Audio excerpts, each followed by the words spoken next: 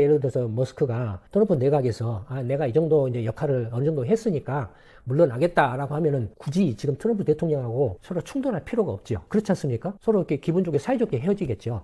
또 이렇게 트럼프 대통령은 자신이 원맨쇼를 해야 되는데 자신을 제끼고 머스크가 이렇게 원맨쇼를 한다 이거 자꾸. 그건 트럼프 대통령이 가장 싫어하는 것 중에 하나죠. 그러니까 그런 것들이 겹쳐서 결국에는 이제 트럼프 대통령이 친위 세력 손을 들어준 거나 마찬가지죠.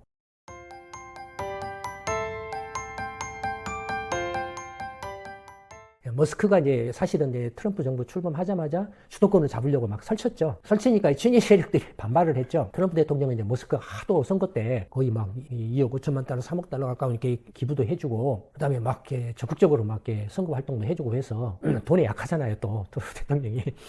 그래서 이제 머스크를 오히려 어떻게 보면은 또 감싸고 옹호하는 그런, 또 한편으로는 정부 효율화성이 트럼프 정권 출범할 때 있어서 어떤 큰 화제거리, 그러니까 트럼프 대통령이 이런 화제거리를 굉장히 좋아하잖아요. 뭔가 터트리는 걸 좋아하잖아요. 뭐 이슈 만들기라든지, 그래서 뭐 가서 쇼맨십으로 이렇게 막 자랑하는 걸 좋아하잖아요. 뭔가 이렇게 과대 포장하고 하는 걸 좋아하는데, 그래서 이제 그런 것들이 일론 머스크가 트럼프 대통령의 어떤 그런 성향하고 또 맞기도 했다. 그래서 처음에는 그런 것들 때문에 이제 일론 머스크를 많이 이렇게 친위 세력들이 이제 공격해서 옹호해주고 감싸주기도 했다 이거예요.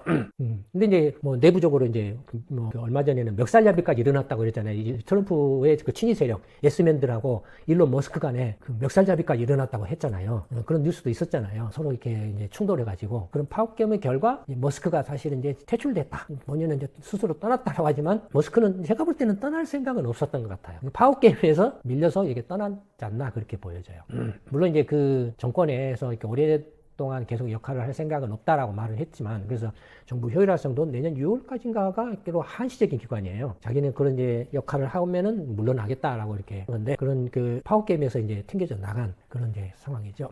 예를 들어서 머스크가 트럼프 내각에서 내가 이 정도 이제 역할을 어느 정도 했으니까 물러나겠다라고 하면은 굳이 지금 트럼프 대통령하고 서로 충돌할 필요가 없죠. 충돌할 필요가 없죠. 그렇지 않습니까? 서로 이렇게 기분 좋게 사이좋게 헤어지겠죠. 그동안 수고했다. 네 고생 많았어. 앞으로도 밖에 내가 나가서도 계속 도와줄게요. 뭐 이렇게 하고 했을 거 아니에요. 파워게임에서 이렇게 트럼프 친위 세력하고 충돌하다 보니까 트럼프 대통령 입장에서는 어떻게 했어요? 자기가 그 키운 세력을 편을 들어주지, 선거 때 이렇게 좀 돈 많이 대주고 선거운동도 해주고, 지금 일론 머스크의 어떤 돌출적인 그런 행동들이 별로 내년 중간선거에도 도움이 안 된다라는 그런 공화당 내 의견도 이제 많아지고, 또 이렇게 트럼프 대통령은 자신이 원맨쇼를 해야 되는데 자신을 제끼고 머스크가 이렇게 원맨쇼를 한다 이거 자꾸. 그건 트럼프 대통령이 가장 싫어하는 것 중에 하나죠. 그러니까 그런 것들이 이제 겹쳐서 결국에는 이제 트럼프 대통령이 친위 세력 손을 들어준 거나 마찬가지죠. 당연히 이제 머스크 입장에서는 기분 확 상하겠죠. 기분 나쁘겠죠. 당연히 그렇지 않겠습니까?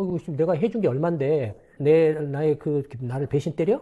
저런 그 엉터리 같은 그 친위 세력 예스맨들을 데리고 나라를 망치려고 해? 머스크 눈에는 그렇게 보일 거 아니에요. 그 친위 세력들이 엉터리라고 보일 거 아니에요. 과거 이렇게 일기 때 이른바 전통 공화당 그 전통 보수주의자 네오콘들이 트럼프 대통령이 엉터리고 정말로 엉망이다라고 본 것처럼 머스크도 그렇게 봤을 거 아니에요. 그러니까 이제 서로 감정이 안 좋게 그냥 확 틀어져가지고 이렇게 나온 거겠죠. 나오니까 당연히 이제 서로 이제 치고받는 이야기를 하겠죠. 가장 대표적인 치고받는 이야기 아니 내가 트럼프 정권 들어가서 큰 화제몰이를 해서 정부 효율화성 만들어가지고 엉터리 예산 지출도 많이 삭감하고 이렇게 구조조정도 하고 이거 계속 연방정부 예산 지출도 이렇게 감시하도록 만들어놓고 그거 그 틀대로 쭉 밀어가도록 체제를 이렇게 만들고 있는데 저놈들이 그 친위 세력들이 그걸 방해를 못하게 하고 있다. 그러면은 지금 그 채무를 어떻게 재정적자나 정방 채무를 어떻게 할 거냐, 저거 감당 못한다, 지속 불가능한데, 일론 머스크야 사업 기업인이기 때문에 너무나도 잘 알겠죠. 빚을 기업이 얼마 정도면 감당할 수 있다,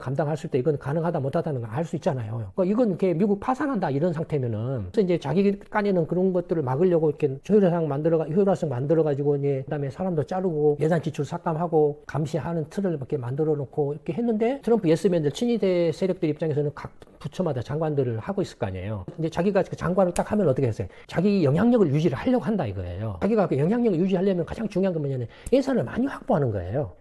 어느 나라든 어떤 그 정부든 간에 정부 내에서 파워는 의사결정권과 예산 규모로 결정이 나요. 근데 의사결정권도 사실은 예산이 많을수록 의사결정권도 세져요. 정부 내에서. 그러니까 한국 같은 경우도 예산 규모가 가장 많은 데가 어디죠? 보건복지부 같은 데잖아요. 막강해요. 물론 이제 예산 편성은 기획예산처가 가지고 있기 때문에, 그래서 기획예산처가 배분을 하는 결정권을 가지고 있기 때문에 제일로 파워가 세지만, 그런 결정권을 뺏겨버리면 재정부로 별 볼 일 없는 것이 되는 거예요. 그러니까 예산 규모가 큰데, 그러니까 국방부라든지 보건복지부라든지 이런 데 예산 규모가 큰 데가 파워가 세요. 트럼프의 어떤 예스맨들, 장관들 입장에서는 자기 부처의 예산을 되도록이면 안 줄이려고 키우려고 해요. 누가 봐도 어느 정부에서 간에 그런 행태를 보여요.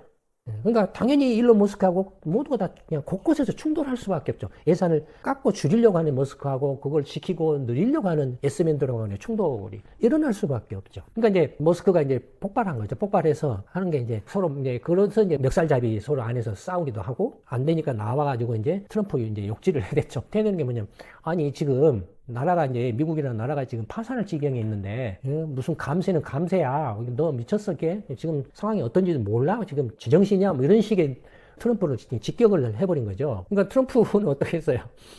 그런 걸 가장 싫어하는 사람이잖아요. 무조건 예스맨을 자기를 찬양하고 칭찬하고 이렇게 떠받들어 주는 걸 좋아하는 사람이잖아요. 자기를 욕하거나 비판하는 사람은 완전히 그냥 적으로 몰아서 그냥 매장을 시키려고 하잖아요. 그냥 트럼프가 가만히 있겠어요? 그럼 받아치겠죠. 너 죽고 싶어? 까불고 있네 저놈이. 이런 식으로 되겠죠. 반면에 반스 부통령 같은 경우는 양다리형 같아요. 친위 세력과 머스크 쪽의 양다리 스타일이지 않나 그런 느낌이 들어요. 더구나 이 양다리는 그게 뭐 그다지 뭐 어떤 큰 역할을 못해요. 원래 부통령이라는 자리가 별 볼 일 없는 자리예요. 만약의 사태에 대비한 자리이기 때문에 보통 때는 아무런 역할이 없다 이거예요. 거의 그렇게 보시면 돼요. 그러니까 거의 별 볼 일 없는 상태의 자리라고 보면 되고. 어쨌든 그렇다 이거예요. 머스크는 이제 어떤 상황이냐.